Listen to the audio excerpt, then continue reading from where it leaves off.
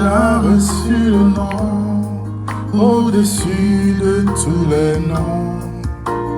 Tout genou fléchira lorsqu'on parlera de l'agneau. Tout genou fléchira lorsqu'on parlera de l'agneau. Adorons Jésus, élevons son nom. Adorons Jésus, il est le Seigneur, Amen.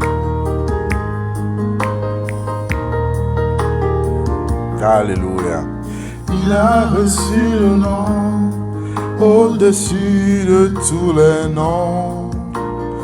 Il a reçu le nom au-dessus de tous les noms. Alléluia. Tout genou fléchira lorsqu'on parlera de l'agneau. Tout genou fléchira. Oh Dieu de gloire, sois magnifié Seigneur. Adorons Jésus, élevons son nom. Merci Seigneur pour ton Fils. Alléluia. Élevons son nom. Adorons Jésus. Élevons son nom.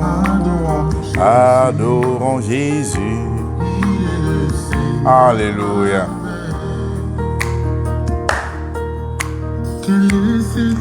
De Jésus, alléluia.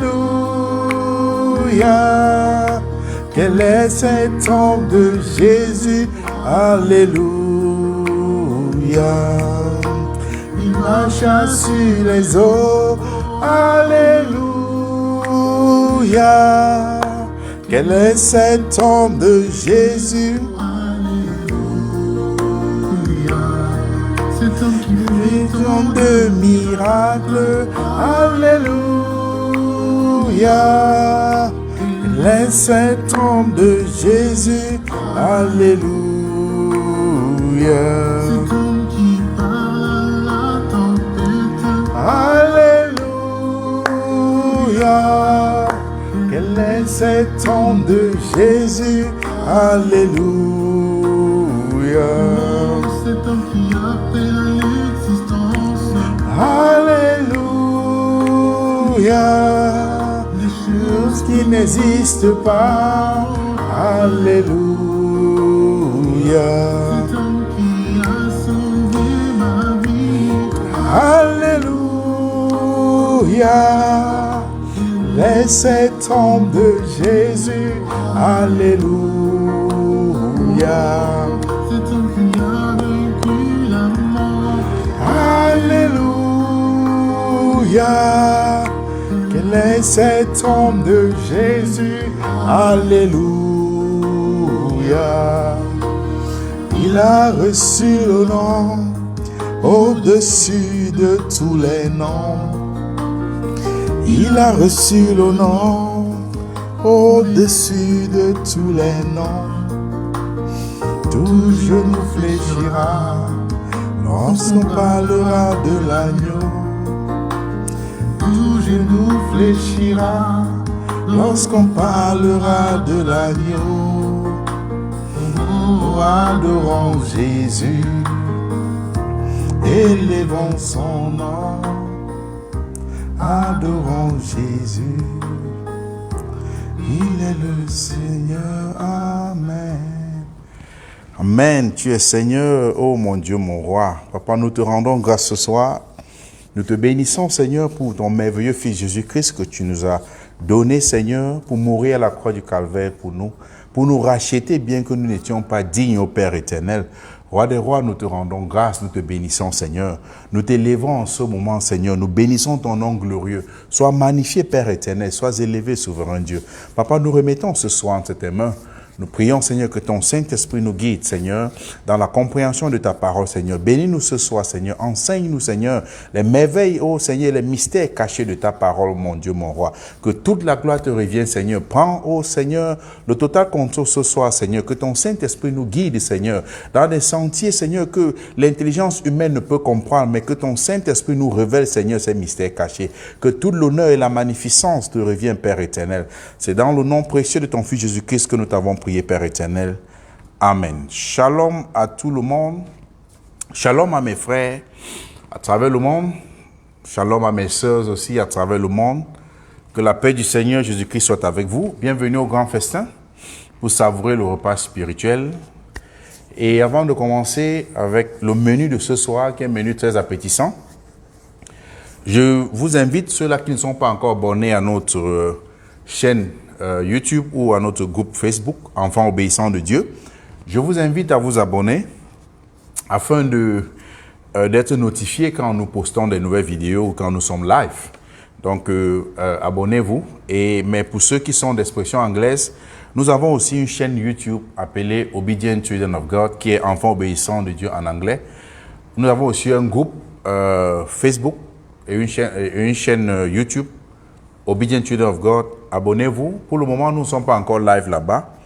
Mais par la grâce de Dieu, nous essayons de traduire les vidéos en français et les poster en anglais, afin que personne ne dise ce jour que oh, c'était parce qu'on avait prêché en français, n'avait pas compris.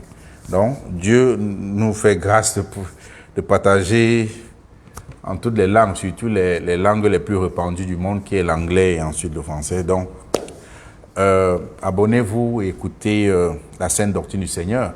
Mais pour ceux-là qui recherchent la démangeaison d'entendre des choses agréables, l'évangile bonbon du siècle présent qui n'a rien à voir avec l'évangile de Christ, désolé pour vous. Nous prêchons uniquement la sainte doctrine du Seigneur. Que nous soyons aimés ou pas, nous demeurons dans l'évangile que les premiers apôtres ont prêché. L'évangile qui permet à crucifier les œuvres de la chair, qui permet à nourrir l'esprit, nourrir notre âme, nous rapprocher de Christ et nous éloigner de Satan.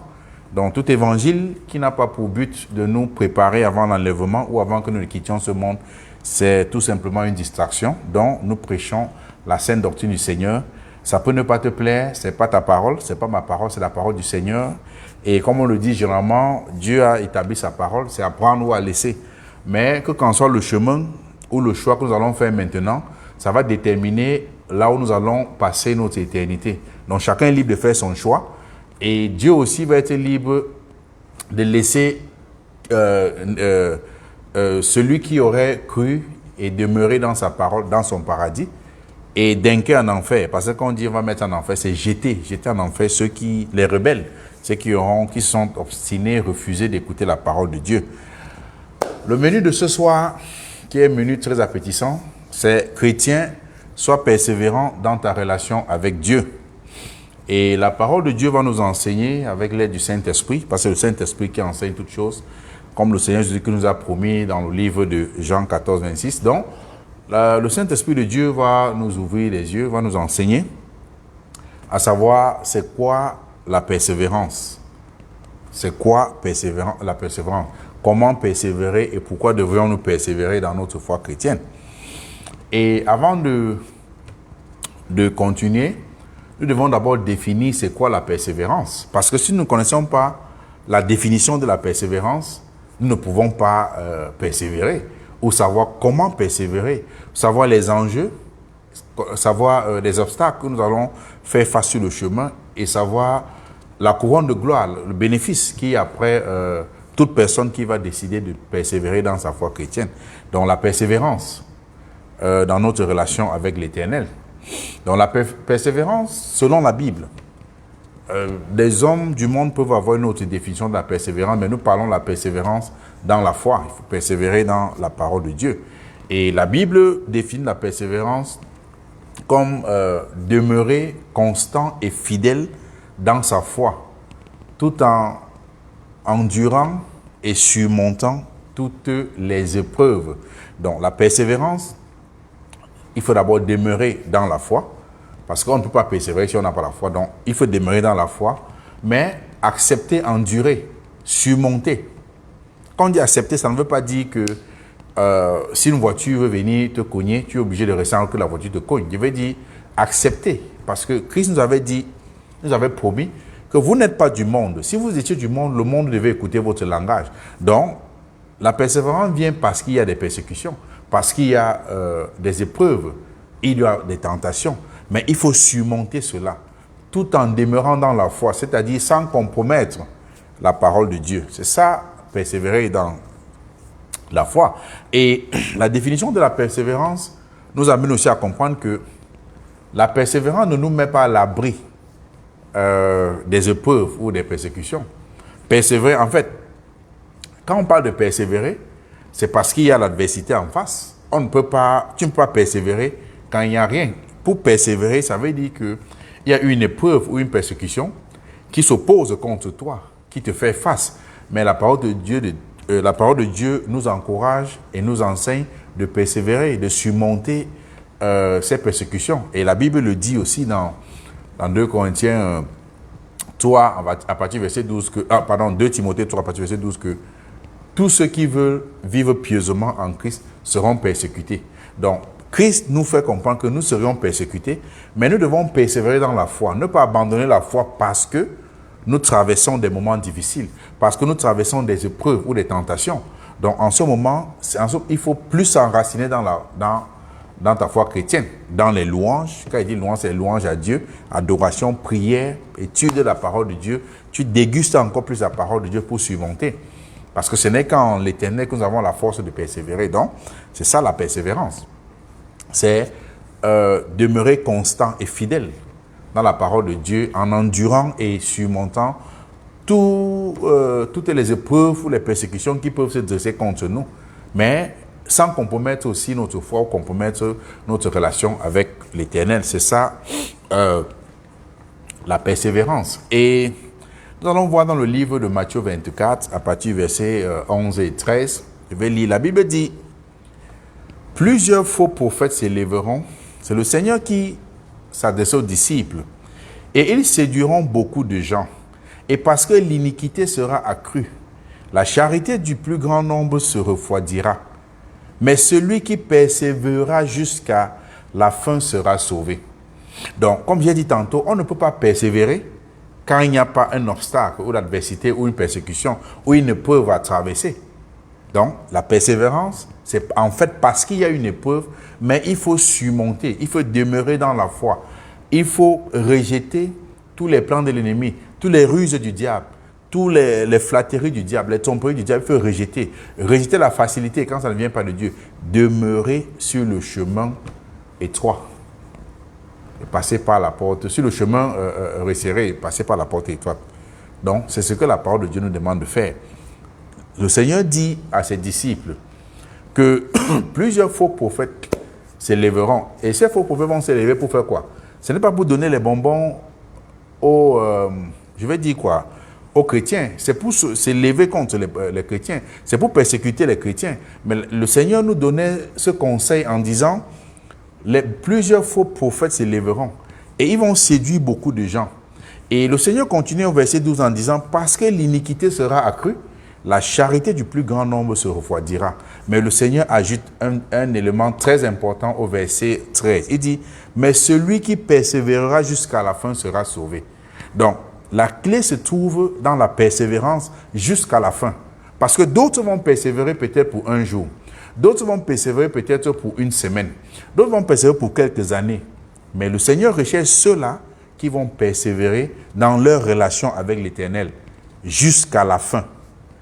Et ça, la fin, ça peut être avant l'enlèvement ou quand l'Éternel nous appelle, parce que d'autres vont mourir avant le jour de l'enlèvement et d'autres seront là sur la terre pendant que l'enlèvement, pour que Christ enlève l'Église. Donc, dans tous les cas, c'est jusqu'à la fin. Ça peut être la fin de notre séjour, notre pèlerinage sur la terre, ou la fin quand l'enlèvement de l'Église. Donc, la Bible nous conseille cela. Et le Seigneur Jésus-Christ mettait en garde ses disciples. Et il nous mettait en garde, nous qui sommes ses disciples, afin que nous sachions quelque chose. Christ nous faisait comprendre, il nous mettait déjà en garde que que nous allons expérimenter les multiples épreuves. Nous allons expérimenter beaucoup des épreuves qui vont se dresser contre nous. C'est pourquoi le Seigneur Jésus-Christ demandait à ses disciples d'être prêts. Être prêts à faire quoi? À persévérer et surmonter contre toutes les séductions des faux prophètes qui devaient se lever pour faire quoi? Pour égarer beaucoup de gens, y compris des élus, s'il était possible. Ils vont faire tout même pour égarer des élus, comme le Seigneur lui-même l'a dit. Et le Seigneur demandait à ses disciples d'être prêts, à persévérer, à surmonter contre l'iniquité qui devait accroître dans le monde. Et le Seigneur demandait aussi de persévérer, il demandait à ses disciples de persévérer et surmonter face à la charité de beaucoup de personnes qui devaient se refroidir. Donc, le Seigneur nous donnait des éléments qui devaient s'élever, qui devaient être un obstacle dans son Église. Mais il nous disait, bien que je vous ai dit cela avant, ne fuyez pas quand l'obstacle se dresse, ce n'est pas la persévérance. La persévérance, c'est l'obstacle se dresse devant toi, mais tu demeures dans les armes du Seigneur, les armes du Seigneur. Et tu demeures, tu prends le bouclier de l'Éternel pour surmonter ces choses.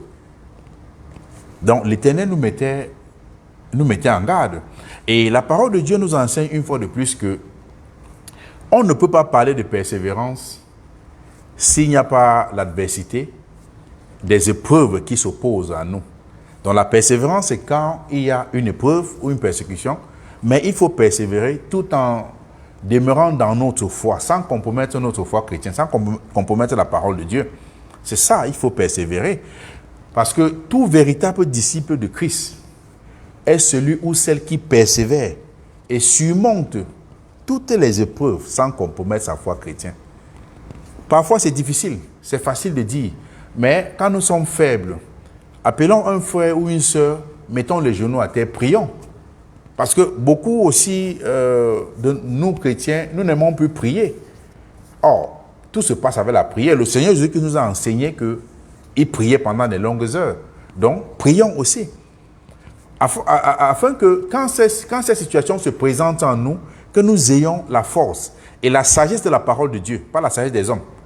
Parce que ce n'est que le commencement, ce n'est que la crainte de l'Éternel que nous avons le commencement de la sagesse. Donc, que nous ayons la sagesse que donne la parole de Dieu pour surmonter ces choses-là. Ce n'est pas avec la force de la chair. Parce qu'il faut que celui qui est en nous soit véritablement en nous pour nous donner la victoire sur toutes choses. Donc, persévérer demande l'étude de la parole de Dieu, demande de passer le temps avec l'Éternel, de méditer, d'étudier, de louer Dieu, de rendre notre corps disponible, laisser Christ être notre maître. Parce que généralement, parfois nous tombons dans le péché ou bien parfois nous sommes faibles parce que au lieu de se faire enseigner par le Seigneur, nous on veut plutôt enseigner le Seigneur sa parole. Donc, la persévérance arrive quand il y a des épreuves qui se dressent contre nous.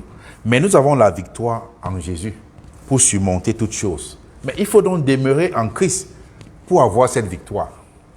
Parce que du moment où tu sors de Christ, tu abandonnes Christ, tu ne peux plus avoir cette victoire sur le péché.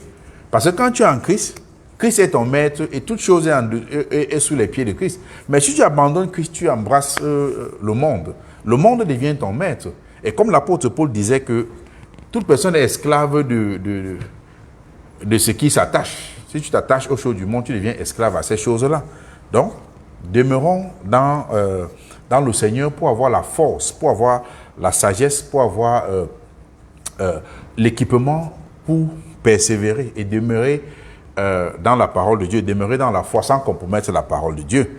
Et que qu'en soient les épreuves ou les persécutions qui pourront se dresser contre nous, nous devrions persévérer tout en demeurant dans la foi, persévérer en toute saison, sans dire, bon, je peux persévérer pour telle chose, mais telle autre chose, je vais succomber. Non, il faut éviter cette chose. Mais avec la force de l'homme, ce n'est pas évident. Voilà pourquoi il est indispensable de demeurer dans le Seigneur pour pouvoir surmonter cette chose. Et nous allons étudier l'histoire d'un grand homme dans la Bible, que la Bible qualifie de père de la foi. Il s'agit d'Abraham. Et après cette étude de la Bible, la Bible va nous enseigner un peu la vie d'Abraham pour voir comment la Bible, Dieu, la parole de Dieu l'appelle le père de la foi. Et il faut voir ce que Abraham a fait. Donc, et quand nous allons voir la relation d'Abraham avec son Dieu, comment il a persévéré, il attendait de l'Éternel ce que l'Éternel avait promis, nous allons mieux comprendre qu'il est indispensable de persévérer. Il est indispensable de persévérer dans notre marche chrétienne. Je le dis pourquoi, et j'ai pris cet exemple parce que beaucoup de chrétiens, par ignorance, aiment toujours dire « Oh Dieu, donne-moi la bénédiction d'Abraham ». Mais ils ne savent pas les sacrifices et la persévérance qu'Abraham a eu à faire. Beaucoup ne savent pas les sacrifices qu'Abraham a eu à faire. Il a persévéré pendant longtemps. Donc, avant de demander les bénédictions d'Abraham, demandez aussi que Seigneur, donnez-moi la force de persévérer comme Abraham pour avoir les bénédictions d'Abraham. Ça, c'est un peu souvent trop demandé. Les gens disent, oh, je vais avoir la persévérance, je vais avoir les bénédictions d'Abraham. Non. Je ne dis pas que quelqu'un... Allez demander si vous avez la force de persévérer comme lui. Et nous allons un peu étudier l'histoire d'Abraham et vous allez comprendre pourquoi je disais cela. Et nous allons ouvrir la Bible dans le livre de Genèse 12, à partir du verset 1 à 12. L'Éternel dit à Abraham, va de ton pays, de ta patrie et de la maison de ton père, dans le pays que je te montrerai. Je ferai de toi une grande nation et je te bénirai. Je rendrai ton nom grand et tu seras une source de bénédiction. Je bénirai ceux qui te béniront et je maudirai ceux qui te maudiront. Et toutes les familles de la terre seront bénies en toi. Au verset 4, la Bible dit, Abraham partit comme l'Éternel lui avait dit. Et l'autre partit avec lui. Abraham était âgé de 75 ans. 75 ans, remarquez la date. Lorsqu'il sortit de Charan ou Charan, ça dépend comment vous le lisez, cette ville-là, Abraham prit Sarai, à l'époque, Abraham, ce n'est pas encore Abraham, ici c'est Abraham. Abraham prit Sarai, sa femme, et l'autre fils de son frère avec tous les biens qu'il possédait. Et les serviteurs qu'il avait acquis à Charan, il partit pour aller dans le pays de Canaan, et ils arrivaient au pays de Canaan. Abraham parcourut le pays jusqu'au lieu nommé Sichem, jusqu'au chêne de Morée. Les Cananéens étaient dans le pays. L'Éternel apparut à Abraham et dit, je donnerai ce pays à ta postérité. Abraham bâtit un autel qui lui était apparu. Donc il bâtit un autel à l'Éternel. Et nous allons voir que quand l'Éternel a appelé Abraham, il a dit, il a appelé Abraham pour lui faire cette promesse. Abraham n'avait pas encore d'enfant. Mais il lui dit, je ferai de toi une grande nation. Mais Abraham n'avait pas d'enfant à cette époque-là. L'Éternel fit aussi cette promesse à Abraham. Il dit, je ferai de toi une grande nation, je te bénirai, je rendrai ton nom grand et tu seras une source de bénédiction. Et nous allons voir que Abraham possédait déjà beaucoup de biens matériels. Voilà pourquoi il avait des serviteurs qui travaillaient pour lui. Mais l'Éternel lui dit, je te bénirai. Et l'Éternel n'a pas dit, je te bénirai davantage. Il a dit, je te bénirai. Bien que Abraham avait déjà les biens matériels, selon le monde où j'étais déjà béni, mais l'Éternel dit, je te bénirai. Et l'Éternel parlait d'une bénédiction plus grande. Et l'Éternel lui dit, je te bénirai, je rendrai ton nom plus grand et tu seras une source de bénédiction. Donc non seulement il va te bénir, mais tu seras une source de bénédiction. Et remarquez aussi que l'Éternel a appelé Abraham, bien qu'il n'a pas d'enfant, bien qu'il n'avait pas d'enfant, autant pour moi à cette époque, il dit, je ferai de toi une grande nation. Quelqu'un qui n'a pas d'enfant, il a 75 ans. Il n'a pas d'enfant. Parce qu'il faut voir le contexte pour mieux comprendre la persévérance d'Abraham. Il n'a pas d'enfant, il a 75 ans. Alors nous, si à 30 ans, 35 ans, on n'a pas d'enfant, on commence à frapper la tête au sol. Mais il avait 75 ans, il n'avait pas encore d'enfant. L'Éternel lui dit, je vais faire de toi une grande nation. Et Abraham, et l'Éternel lui dit encore, je vais donner ce pays à ta postérité. Quelqu'un qui n'a pas d'enfant. Alors, et nous devons savoir aussi que quand l'Éternel a fait cette promesse, comme j'ai dit, Abraham avait 75 ans. Et sa femme avait 65 ans, parce qu'il y avait 10 ans d'écart. Et Abraham possédait beaucoup de biens matériels. Mais l'Éternel confirme, a dit, je te bénirai. Abraham, qui n'avait pas d'enfant, l'Éternel lui dit, je ferai de toi une grande nation et je rendrai ton nom grand. Oh, mais celui qui n'a pas d'enfant, il pouvait se poser toutes des questions. Mais Abraham a compris que l'Éternel lui promettait une bénédiction permanente. Abraham a dit, ok, il a compris. Mais maintenant, ça ne se limite pas là. Parce que du temps de la promesse et au temps de l'accomplissement de la promesse, c'est là où se joue le message le plus important à comprendre, à saisir et à prendre. Donc, l'Éternel lui a fait toutes ces promesses à Abraham. Attends, autant pour moi. Et Abraham n'a pas seulement... Parce qu'Abraham a cru. Parce que pour persévérer, il faut d'abord croire. Celui qui n'a pas la foi ne peut pas persévérer. Pour persévérer, il faut d'abord croire, mais afin de persévérer dans ta foi. Afin de demeurer, endurer les épreuves qui peuvent s'élever contre toi dans ta foi. Or, Abraham n'a pas seulement cru en Dieu, mais il a aussi persévéré en toute saison. Dans sa relation avec Dieu, il a persévéré. Il est resté persévérant. Il attendait ce que Dieu lui avait promis. Et il faut que nous sachions qu'Abraham a enduré et surmonté toutes ces épreuves. Ça a pris du temps. Et le temps convenu, l'Éternel a accompli ce qu'il avait dit. Et Abraham, après quand l'Éternel a accompli ce qu'il avait promis à Abraham a obtenu toutes les promesses que l'Éternel lui avait faites. Mais il a obtenu ça comment? Après beaucoup d'épreuves et beaucoup de persévérance.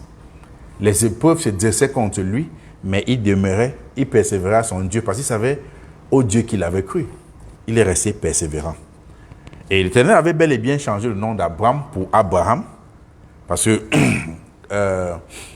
Dieu lui avait dit, je rendrai ton nom grand. Et Abraham signifie père. Abraham signifie père des nations ou père des peuples. Donc on traduit de l'hébreu. Donc, Dieu a changé son nom. Mais comment peux-tu être père ou père des nations si tu n'as pas d'enfant? Il faut avoir donc des enfants pour pouvoir être appelé père. Donc, Dieu avait changé son nom. Et l'Éternel avait aussi béni Abraham avec le fils de la promesse, en la personne d'Isaac, comme il avait promis à Abraham. Et quand je parle comme ça a l'air très court. Et je vais vous lire un autre livre de la Bible pour que nous ayons la compréhension totale de ce que Abraham a traversé, de la persévérance d'Abraham. Et je sais qu'après ce moment, les gens vont réfléchir par deux fois pour dire, oh Seigneur, bénis-moi comme Abraham. Parce que si Dieu te donne une des tâches d'Abraham, je suis sûr que les gens vont commencer les nuits de prière et que Dieu nous aide.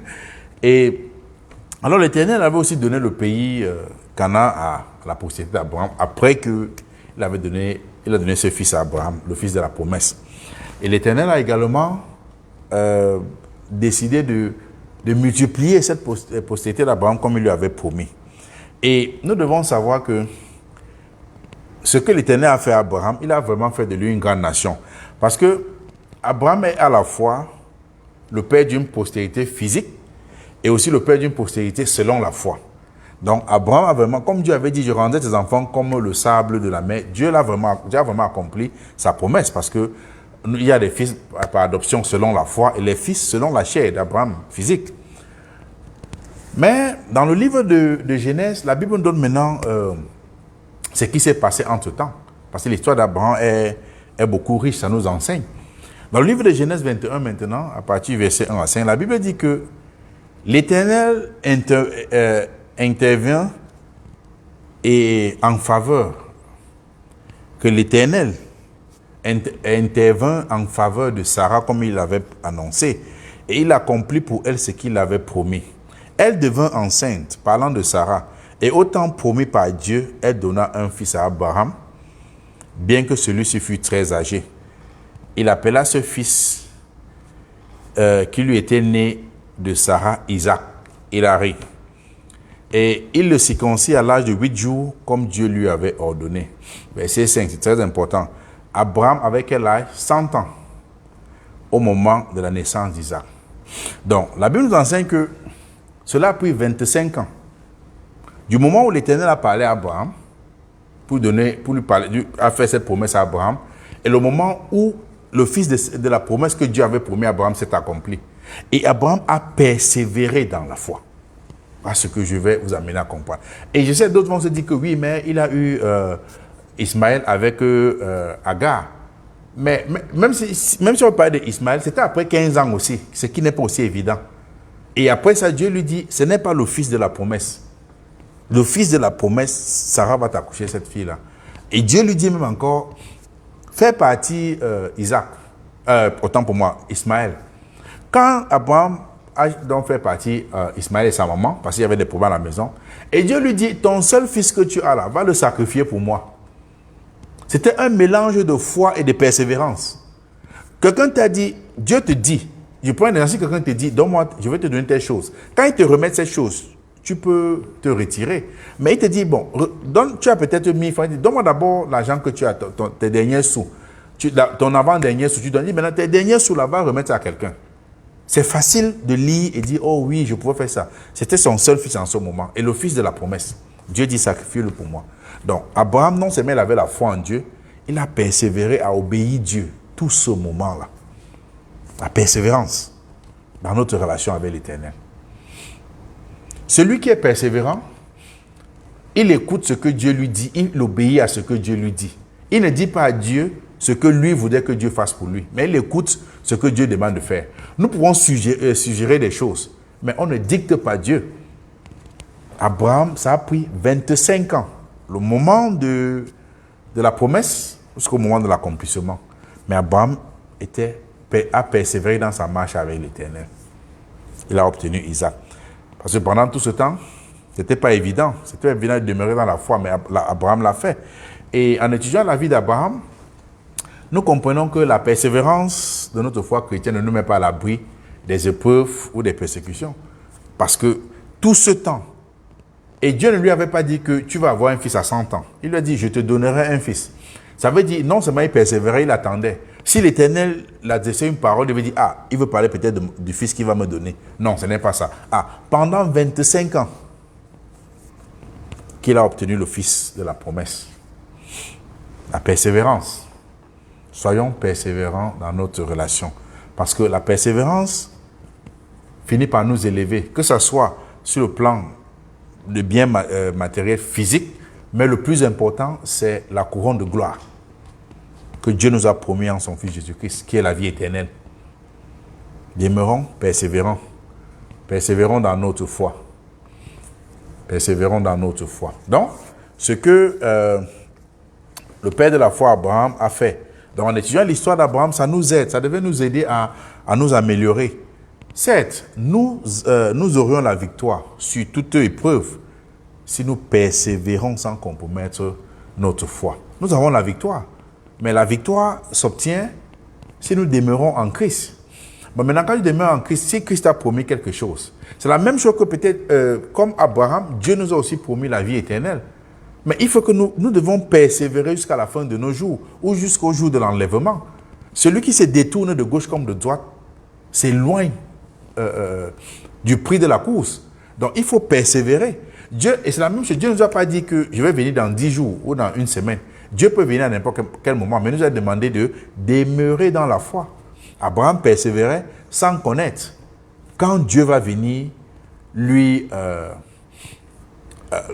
doit lui bénir avec ce fils de la promesse. Le seul moment où Abraham c'était à la 24e année, parce que quand l'Éternel partait détruire Sodome et Gomorrhe, il lui a dit à cette même période, l'année prochaine, Sarah te donnera un fils. Et c'est pour ça que Sarah avait ri.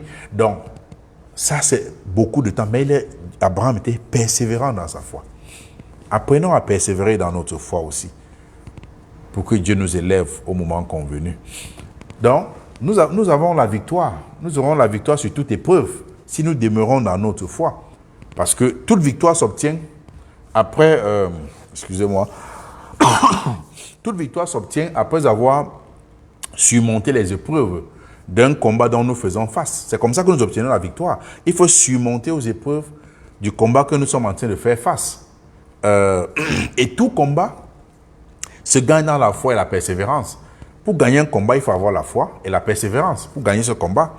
Voilà pourquoi ceux qui seront sauvés sont ceux-là qui auront persévéré avec foi en toutes saisons, jusqu'à la fin de leur vie ou jusqu'à l'avènement du Seigneur, quand Christ va venir enlever son Église.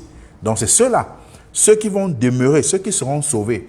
C'est ceux qui ont reçu le message, qui ont décidé de demeurer, de persévérer et demeurer sincères et fidèles dans la foi, sans compromettre, jusqu'à leur mort, qui est la première mort, ou jusqu'à l'avènement du Seigneur, quand il va venir enlever l'Église. Et nous devons aussi regarder avec avec joie, et non comme si c'était un fardeau, les différentes épreuves que nous pourrons traverser. Nous ne devons pas regarder comme si c'était un fardeau, parce que c'est pour un but que Dieu permet que nous passions par ces épreuves-là. Donc, apprenons à regarder les diverses épreuves auxquelles nous pourrons être exposés comme un sujet de joie, et non comme un fardeau. Et c'est après avoir enduré ces choses-là que notre foi peut produire une véritable patience. Et le genre de patience-là qui ne faillit en rien, qui ne va pas faillir. Donc, demeurons persévérants dans notre relation avec l'Éternel.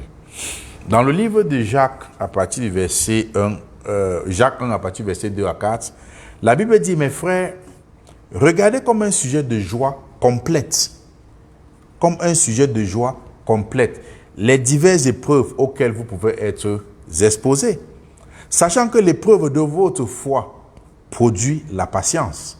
Mais il faut que la patience accomplisse son œuvre, afin que vous soyez parfaits et accomplis, sans faillir en rien. C'est ce que la parole de Dieu dit.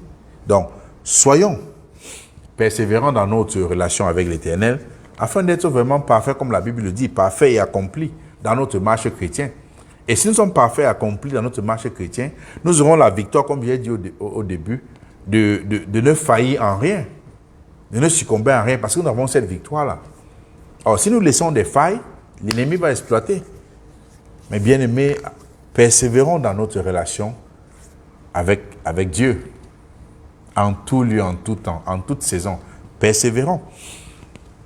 Parce que c'est uniquement en étant parfait et accompli dans notre foi, pas selon le monde, dans notre foi, que nous avons la capacité de ne pas faillir face aux situations. Il faut être accompli. Mais toutes ces choses viennent pas si nous persévérons dans notre foi. La persévérance. Donc, mais ceci ne peut pas être possible si nous n'avons pas déjà la foi. Mais quand nous avons la foi, il faut persévérer dans notre foi chrétienne. Donc, et nous devons aussi savoir que personne ne peut persévérer s'il ne croit pas en Dieu. Il faut déjà croire en Dieu. Parce que pour persévérer, il faut au préalable que cette personne croit en Dieu. Il faut avoir la foi. Pour persévérer, il faut recommencer. Personne ne peut persévérer s'il ne croit pas en Dieu. Nous parlons pour la vie chrétienne. Si tu ne crois pas en Dieu, tu persévères dans quoi? Tu es dans quelle endurance? Tu endures quoi si tu ne crois pas déjà en Dieu? Il faut déjà croire en Dieu, mais parce que tu crois en Dieu, maintenant tu dois en Dieu, tu dois persévérer face aux situations qui peuvent se dresser contre toi. Il faut persévérer, persévérer autant pour moi. Comme nous avons vu Abraham persévérer, la Bible nous a enseigné avec l'histoire d'Abraham, persévérer. Il faut au préalable que cette personne qui prétend persévérer dans sa relation avec Dieu soit quelqu'un qui croit déjà en Dieu. Avoir la foi. Et avoir la foi, c'est quoi? Il faut croire en Dieu. Si tu ne crois pas en Dieu déjà, tu n'as pas la foi. Et toute personne qui va vouloir faire face aux épreuves par ses efforts personnels et non par les efforts dans le Seigneur va échouer lamentablement. Il faut être dans le Seigneur. Il faut être dans la foi pour pouvoir persévérer. Et toute personne aussi qui croit en Dieu, mais pas comme la parole de Dieu demande de croire, qui croit en Dieu en sa manière, qui veut établir sa part de croyance. Ce genre de personne qui se rend même à l'église, mais il veut croire en Dieu à sa manière, il veut interpréter la parole de Dieu en sa manière, va échouer face aux épreuves lamentablement aussi. Parce que le fondement de Christ n'est pas en toi. Donc, nous devons forger nos projets en l'Éternel. Toute personne qui forge ses projets en dehors de l'Éternel et pense qu'il peut les accomplir, il va échouer lamentablement. C'est pour ça que le grand roi Salomon nous a écrit dans le livre de Proverbes 16, à partir du verset 1 à 5. La Bible dit, « Les projets que forme le cœur dépendent de l'homme. Mais la réponse que donne la bouche vient de l'Éternel. Toutes les voies de l'homme sont pures à ses yeux, aux yeux de l'homme. Mais celui qui pèse les esprits, c'est l'Éternel. » Verset 3, qu'est-ce que la Bible dit? « Recommande à l'Éternel tes œuvres et tes projets réussiront. » Donc, pour déjà persévérer, c'est celui qui recommande à l'Éternel ses œuvres. Donc, il faut déjà croire en Dieu. Il faut croire en l'Éternel. Tu ne crois pas déjà, tu ne peux pas persévérer. Donc, maintenant, il faut déjà croire. Maintenant, celui qui croit, tu persévères face aux situations qui peuvent se dresser contre toi. Verset 4, la Bible dit, « L'Éternel a tout fait pour un but, même le méchant pour le jour du malheur. » Et le verset 5 dit quoi? « Tout cœur hautain est en abomination en l'Éternel. Certes, il ne restera pas impuni. » Or, celui ou celle qui veut persévérer face à une situation, celui qui décide de persévérer face à une situation qu'il traverse ou qu'elle traverse, a sûrement déjà forgé dans son cœur un projet, la victoire. Si je veux pas succomber face à cette situation, dans mon cœur, je me suis dit, je veux faire tout et tout pour ne pas succomber face à cette situation. Ça veut dire que dans mon cœur, j'ai déjà forgé un projet, soit pour ne pas, pour persévérer, soit pour éviter de persévérer et succomber. Mais tous ces projets-là, c'est l'Éternel qui les accomplit. Donc, il faut demeurer dans le Seigneur pour pouvoir accomplir, pour que l'Éternel accomplisse ces choses pour toi. Donc, c'est indispensable. Et celui ou celle qui ne veut pas persévérer face à une épreuve, cette personne a sûrement aussi formé des projets dans son cœur hautain pour les accomplir selon ses propres efforts. Comme ça que cette personne doit souhaiter les accomplir selon ses propres efforts. Mais il ne peut pas les accomplir comme ça parce que, comme la Bible nous l'enseigne, c'est l'Éternel qui donne la réponse au projet que nous avons formé dans notre cœur. Donc, personne ne peut persévérer et surmonter une épreuve s'il ne croit pas en Dieu, s'il n'a pas la foi en Dieu. C'est pas possible. Et en tant que chrétien, nous devons persévérer en toute saison dans notre marche chrétienne. Pourquoi? Il faut persévérer pour recevoir la couronne de gloire. Donc le chrétien est celui qui devrait persévérer en toute saison jusqu'à la fin. Et à la fin, donc, il va recevoir cette couronne de gloire. La persévérance.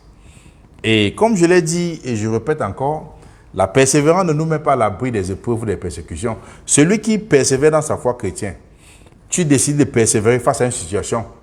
S'il n'y a pas de situation, tu ne peux pas dire je suis en train de persévérer. Parce que pour persévérer, il faut faire face à une épreuve ou une situation qui va à l'encontre de ta foi ou bien qui est difficile pour toi, qui est une pilule difficile pour toi à avaler. Mais la parole de Dieu nous encourage à demeurer dans la foi et ne pas compromettre la foi. Qui est, d'une manière, Dieu ne compromet la parole de Dieu, donc ne pas compromettre. Donc, nous bénissons le nom de l'Éternel. Donc, voilà ce que l'Éternel nous enseigne de faire.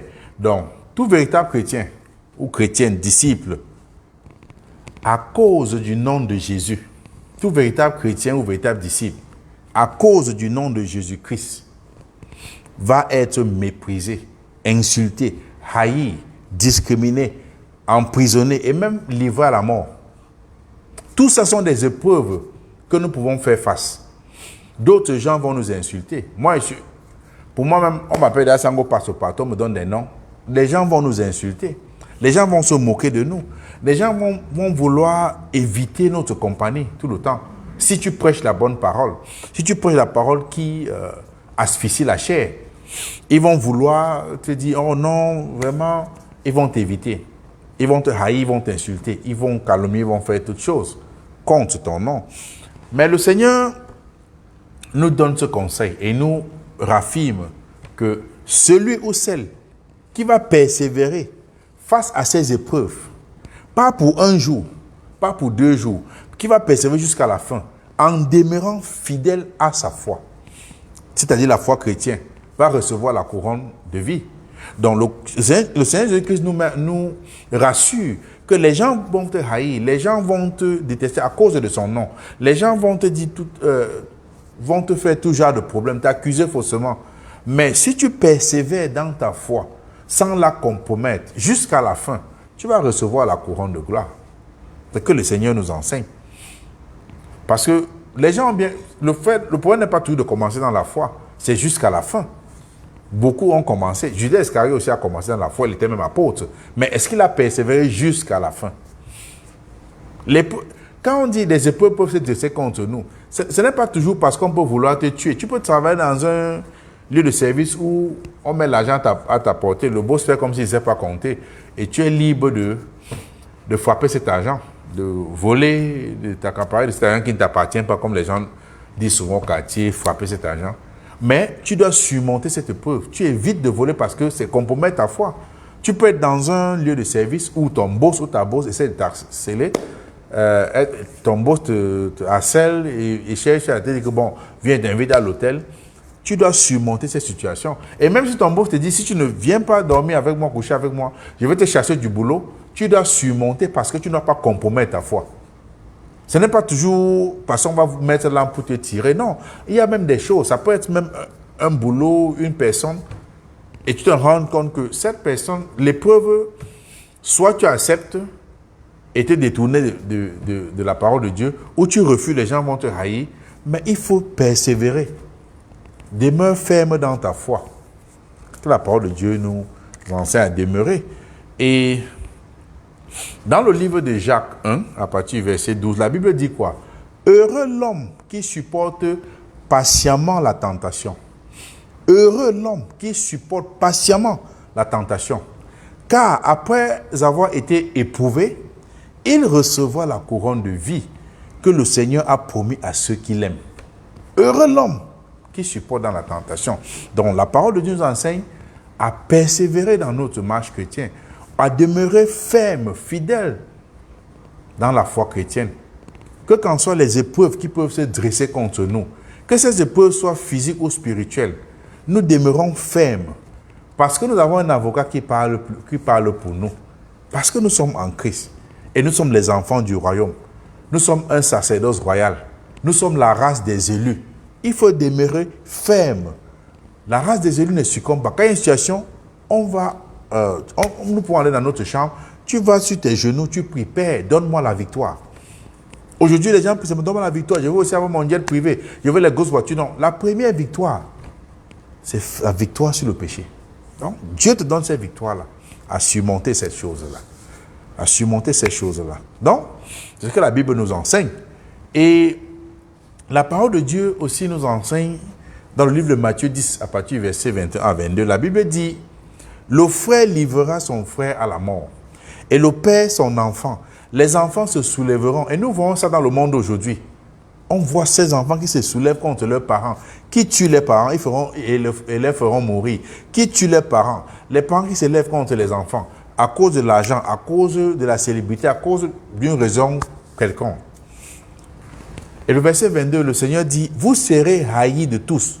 Les gens vont vous détester, les gens vont vous haïr. À cause de quoi? De son nom, du nom de Christ. Les gens vont vous détester.